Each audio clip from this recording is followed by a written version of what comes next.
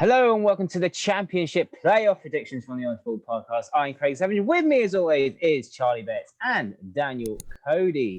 Let's have a quick recap of what we predicted on the final day of the Championship season.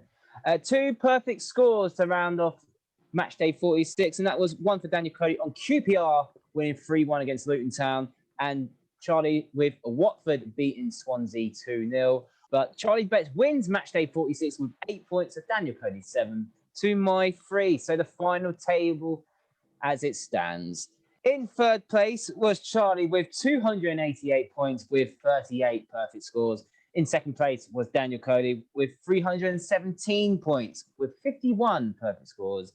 But your winner is me with 336 points with 55 perfect scores. So let's have a quick recap of the final day, because it was certainly traumatic down at the bottom of the table. Charlie Betts, after all the shenanigans, Derby County have survived, but only just. Yeah, it's one of the few predictions I got right, was that there would be goals in the last 10 minutes or the last part of the game, and clearly there was, and they proved to be decisive ones. I feel like I can relate to Wickham a bit in this competition, even that I started too slow at the beginning, left myself with too much ground to do, but finished strongly. So, but yeah, I do think it just shows you how tight it was. I honestly think there's some key games that you could go through, from Sheffield Wednesday's perspective. I mentioned earlier to Dan actually about Luton. Obviously that game, that for me flipped where the season was going for them in that sense. And it just shows you the fine margins. But it was great to watch as a neutral. But I think as a fan of any of those four teams, even Derby to a point, you are coming away a little bit regretful, because you're always then going to come away back to those key moments of when so-and-so didn't square it, or if it'd have, played the ball across. Do you know what I mean? That kind of thing. So I think it was an amazing day. But how Derby survived, I have no idea, because probably in terms of form, they were easily the worst of the four going into the game, and somehow survived pretty much by being not as bad at the beginning of the season as the rest of them, really. I think that's the way I'd like to leave it. Cody, Rotherham, on the other hand, they worked so hard, especially in their game against Cardiff, and just fell short with 2 minutes to go. And then you hear that Derby had a penalty and they scored the penalty. How cruel and heartbreaking it is for Rotherham United. Yeah, it is cruel. And I think the reason it's cruel is because those legs struggling late on, I'm not saying that wouldn't happen in another game, but the catch-up of all the fixtures, the playing 2, 3, 4 times a week, has got to have played a part in the legs. They scored a good goal. They played well for the most part. And we saw it in other games. We saw it against Luton, where they were perhaps fortunate on that occasion to not concede late on. But late on, the legs went. They fatigued. And unfortunately, that ended up costing them. And without that outbreak, again, it's a what-if scenario, isn't it? So, yes, Derby survived for now, but the EFL have come up with another statement about wanting their appeal, and it could affect Derby again. Whether they get a points deduction this season or next season, who knows? That will come, and no doubt we will produce a video for you guys on our opinions on that case. But let's move on to the playoffs. It is Brentford versus Bournemouth. Daniel Cody, Brentford and Bournemouth played a couple of weeks ago. Brentford won 1-0 at the Vitality. Do you think that's a good thing to have, playing them so recently? I think it is. And I think the biggest thing, and it's sort of going to, spoiler alert, lead to both my predictions on this occasion, is that the team involved in each playoff has done the double over their respective opponent this season. And I did sort of say at the start here for Brentford, I think they would be in trouble if they ended up against Barnsley. And they've managed to avoid that. And I actually think playing Bournemouth is a better thing for them. I think for Jonathan Woodgate, being a recent manager, it's probably good for Brentford that they've beaten Bournemouth under him. And Bournemouth are coming into it with 3 straight defeats, which is the worst possible time. We said it before. The last thing you want is to come into it in poor form. Brentford have started to find theirs again. They have been a lot better recently. And they've shored up at the back. They've started scoring again. I mean, everything points to Brentford in the last 2 weeks. And if you judge form further back than that in the Championship, you're normally leading yourself into trouble. So for me, Brentford have to edge this tie because they're in the better form. They've got the edge over their rivals. And I do still feel, I know he's done a good job to get them in there, that Jonathan Woodgate will just fall short tactically against a manager who's been at Brentford and built a side for a longer period of time. So I can't see beyond Brentford, to be honest, Craig. Charlie, just going on to Bournemouth, do you think they've got a bit of pressure on, because the two teams that got relegated with them, Norwich and Watford, both got promoted?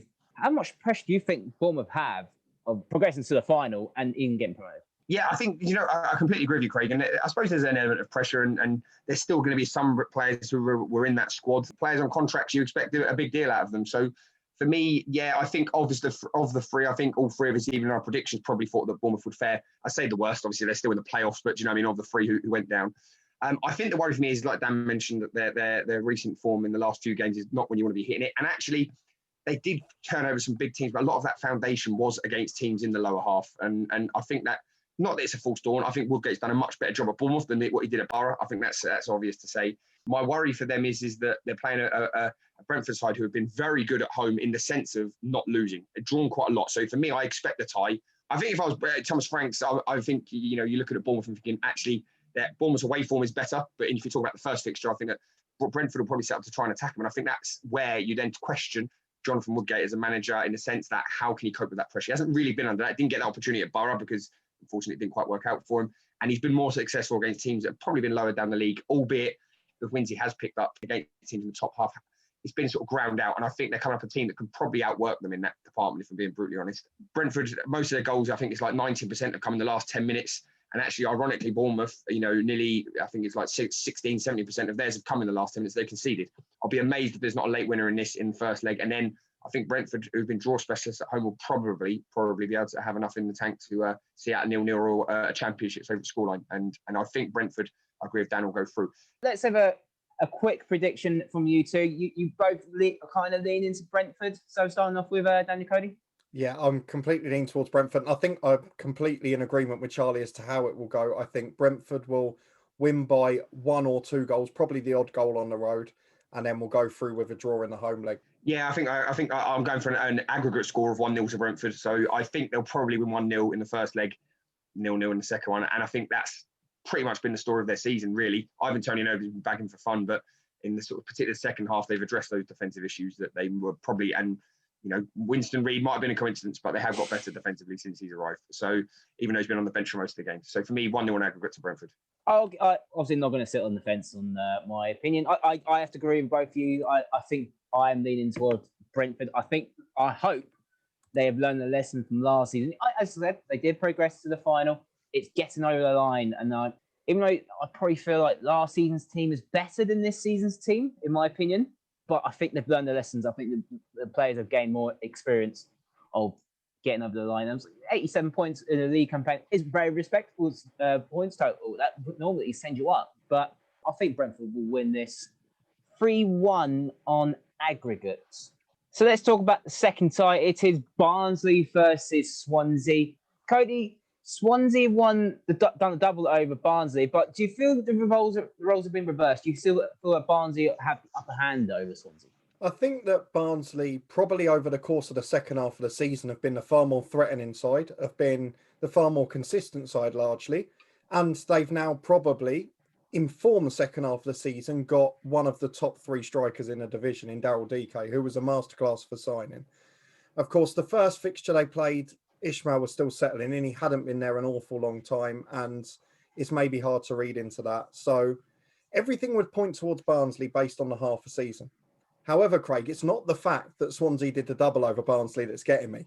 It's that they did the double of the law against Barnsley this season. They won both games 2-0. And for me, Craig, I think that's answered the question for you, hasn't it? I mean, I could add another 2 minutes of punditry, but there's nothing else I need to add to that. Okay, well, I'll move on to Charlie. Charlie, sum up Swansea in the last 8 games, because they're up there in second place for a long time. And they drifted. Also, they always in the playoffs last season. Do you think they learned their lesson from last season as well? I mean, we mentioned about a different club in a different episode today. They stumbled and stuttered, which is ironic because I did that as I said that. They stumbled and stuttered their way to the playoffs, really, and I think it is that early season form that's carried them through. You could argue they've got the more experienced, and I'm saying in terms of levels of where they played and stuff like that, and the more experienced side of the two, but I don't know if that's going to be enough to carry them through. The interesting stats for me in this is that, believe it or not, Barnsley conceded 26% of their goals between the 41st and 50th minute, so literally either side of half-time. Swansea have scored most of their goals either side of half-time, up to 19 to 20%. And then on the flip side of that, Barnsley, last 10 minutes, most of their goals have come in that, 19%. Swansea have let in 20% of their goals in the last 10 minutes of a game. So, you're literally looking at the bit in between is where, we're going to have a bit of dead play. And I think it's the last 10 minutes of 5-10 minutes of each half that we're going to struggle with. So I think it's a mentality thing. I really think because the quality they had, and they showed that early in the season, something has happened, whether it's something's gone stale, there's an issue, within the club. I don't know. I'm not there to speculate that, but there's something has changed because this Swansea we've seen the last 7 or 8 weeks is definitely not the same one we saw at the beginning of the season. And yet it's more or less the same personnel. If you look at our transfer special, they did very, very little work in the window because they were flying at that point. Do you know what I mean? So I don't know what's happened there. I think Barnsley, just on pure enthusiasm, I mean, it's going to be a good matchup of styles, but I just think they have a bit more of a bit between their teeth. I don't know. There seems a bit of a cloud over Swansea at the minute, and it sounds a bit of a wishy-washy answer. But actually, I think this will be settled purely on motivation and a better manager being able to handle his players, if I'm being brutally honest. Yeah, I tend to agree with you because when I asked the question of 6-7 weeks ago, and I remember I keep saying it for the last 4 or 5 match days, Swansea, and how I thought how they were against Luton, and I didn't see nothing in there. I didn't see them doing enough to push on. I know it's a young squad, it's a young team. Obviously, Ayew was in and out of the team recently because he just got back from injury, and he does seem to make them click at the moment with Hurahan as well in midfield. I just didn't see enough for Swansea to go the next step, in my opinion. I think Barnsley will actually relish this tie ahead of Bournemouth and Brentford, in my opinion. But let's have a quick prediction. I think, Cody, you are leaning towards Swansea. Are you saying it's going to be a convincing Swansea win on aggregate or a tight one, but Swansea just progress? I think Swansea will win by the law away from home in the first leg, 2-0. It wouldn't shock me if the second leg's tighter or if it gets a bit cagey, because we mentioned the mentality things. If Barnsley get an early goal, I mean, DK has been lethal on the road. He really has been fantastic. So potentially nicking a goal there. But I think Swansea to progress comfortably on aggregate and probably most of the work done in the first tie again. Charlie? I'm going a different direction. I think it'll be a lot of ties. I'm thinking possibly extra time, penalties, that sort of thing. There's not much to split them personally. I know we mentioned about the form of Swansea, but even silly things. I know it sounds, but they're both in the bottom 4 for discipline in terms of as a good thing. In terms of points accrued. Stuff like. No, what I mean is you play a semi-final, suddenly you're down to 10 men for an hour, makes a huge difference, and it can essentially put you out of tie. So I'm going to say, because I'll start by it, I'm going to go goals either side of half time and goals in the last 10 minutes. Aggregate 2-2, Barnsley to win. They can nick one in extra time. Yes, last minute of extra time, last 5 minutes of extra time. Barnsley 3-2 on aggregate. One for Swansea, one for Barnsley. I'm actually struggling to pick one here because I'm not sure. I'm going to go, I think Barnsley are going to nick it. I just something about Barnsley. They've had that sort of season when they've got nothing to lose. They've gone all the way up to the playoffs. They had nothing to lose by not making the playoffs. They made the playoffs and they've got nothing to lose again. I think that fairy tale story is happening. But let's have just a quick recap. All 3 of us agree that Brentford are going to beat Bournemouth, but me and Charlie agreed that Barnsley will go through, but Cody thinks Swansea will go through. So those are our predictions for the Championship playoff semi-finals. Do you agree with us or disagree with us? Let us know in the comment section down there. Give me your thoughts. Who will progress? Let us know the score and what's going to happen in the playoff semi-finals. Don't forget to like this video, subscribe to the Honest Football Podcast. You can follow us on Twitter at HonestFootball3. And we'll see you in the Championship playoff final.